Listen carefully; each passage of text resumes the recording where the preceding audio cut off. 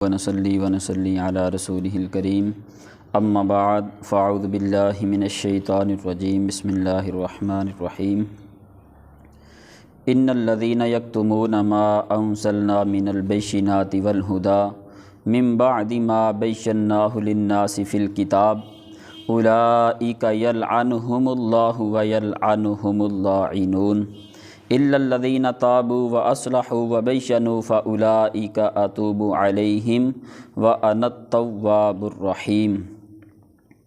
بے شک وہ لوگ جو ہماری اتاری ہوئی روشن باتوں اور ہدایت کو چھپاتے ہیں، حالانکہ ہم نے اسے لوگوں کے لیے کتاب میں واضح فرما دیا، تو ان پر اللہ لعنت فرماتا ہے اور لعنت کرنے والے ان پر لعنت کرتے ہیں، مگر وہ لوگ جو توبہ کریں اور اصلاح کر لیں اور چھپی ہوئی باتوں کو ظاہر کر دیں تو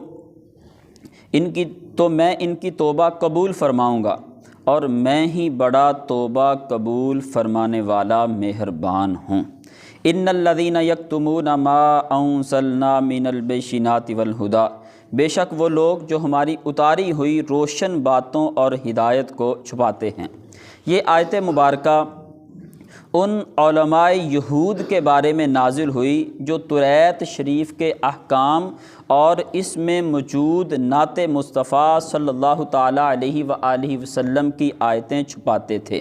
دینی مسائل کو چھپانا گناہ ہے، خواہ اس طرح کے ضرورت کے وقت بتائے نہ جائیں یا اس طرح کے غلط بتائے جائیں، بلکہ غلط بتانے پر تو بہت سخت وعیدیں ہیں۔ یہ دونوں گناہ علماء یہود کرتے تھے کہ حضور صلی اللہ تعالیٰ علیہ وآلہ وسلم کی نعت بتاتے نہ تھے، اور زنا کی سزا بدل دیتے تھے کہ بجائے رجم کے منہ کالا کرواتے تھے۔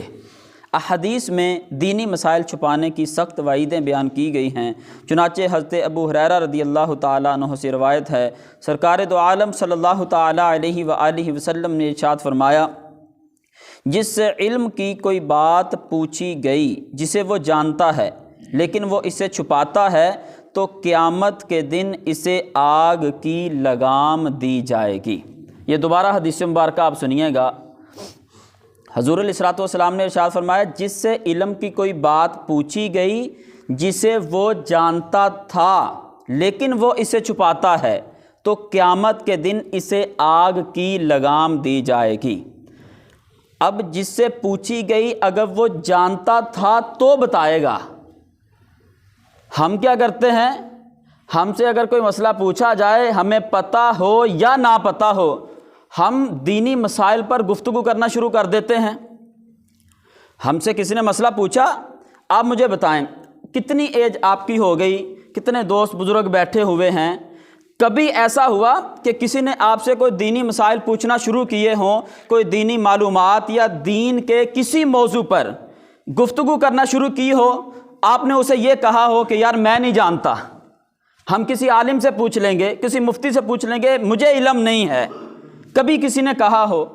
حالانکہ دنیاوی معاملات میں ہم بعض اوقات یہ بول دیتے ہیں، لیکن دینی مسائل میں ہم میں سے ہر بندہ مفتی ہے، ہر بندہ مفتی ہے۔ جس کے سامنے دینی مسائل کے بارے میں تھوڑی سی ڈسکس کی جائے وہ شروع ہو جاتا ہے، فلاں جائز ہے، فلاں ناجائز ہے، فلاں حلال ہے، فلاں حرام ہے۔ بھائی کس نے بتایا؟ کیا دلیل ہے تیرے پاس؟ سنی سنائی باتیں۔ اور بعض اوقات تو مجھے افسوس ہوتا ہے کہ بیچاروں کی بعض اوقات اپنی نماز سیدھی نہیں ہوتی، چوک میں کھڑے ہو کے مفتی بنے ہوتے ہیں، مولوی صاحب نے فلاں کر دیا، فلاں نمازی نے یوں کر دیا، فلاں نمازی نے یوں کر دیا، فلاں نے نماز یوں پڑھی ہے۔ اپنی مسائل بیچاروں کی سیدھی نہیں، اپنی نماز جو ہے وہ سیدھی نہیں ہوتی، دوسروں کے لیے مفتی بنے ہوتے ہیں۔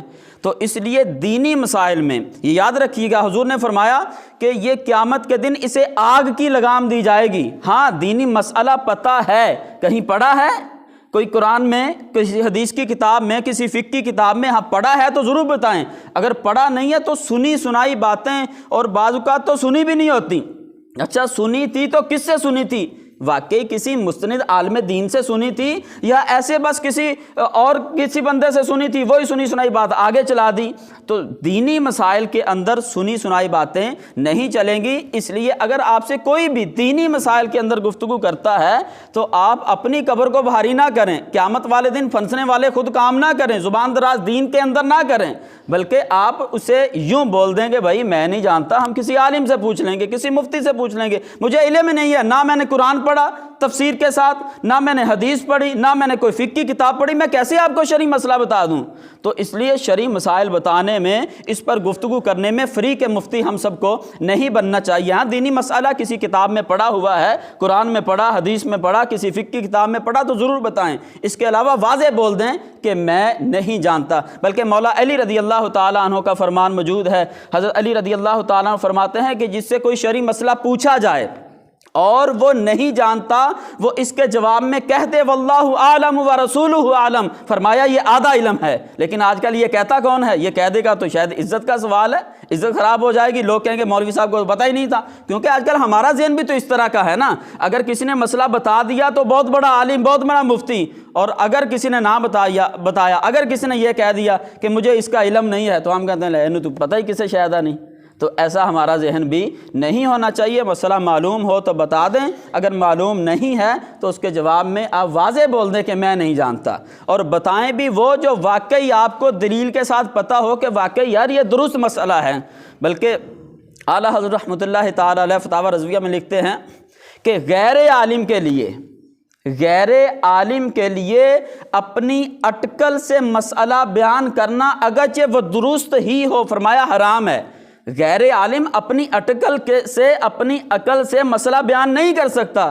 غیر عالم مسئلہ صرف وہی بیان کرے گا جو اس نے یا تو کسی قرآن سے پڑھا، حدیث سے پڑھا، یا کسی فقہ کی کتاب سے پڑھا، یا کسی مستند عالم دین سے سیکھا، وہی مسئلہ بیان کرے گا۔ غیر عالم اپنی اٹکل سے مسائل نہیں بیان کرے گا۔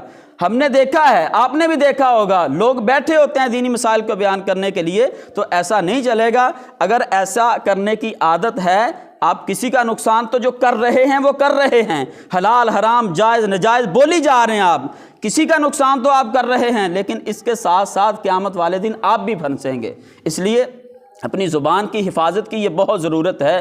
گفتگو کریں، سوچ سمجھ کے گفتگو کریں، کیا کرنی ہے کیا نہیں کرنی، کس کے بارے میں بولنا ہے کیا نہیں بولنا، یہ ہم سب کو سمجھ بوجھ ہونی چاہیے۔ اللہ تبارک و تعالی ہم سب کو عمل کی توفیق عطا فرمائے، آمین بجاہ النبی الامین صلی اللہ تعالی علیہ وآلہ۔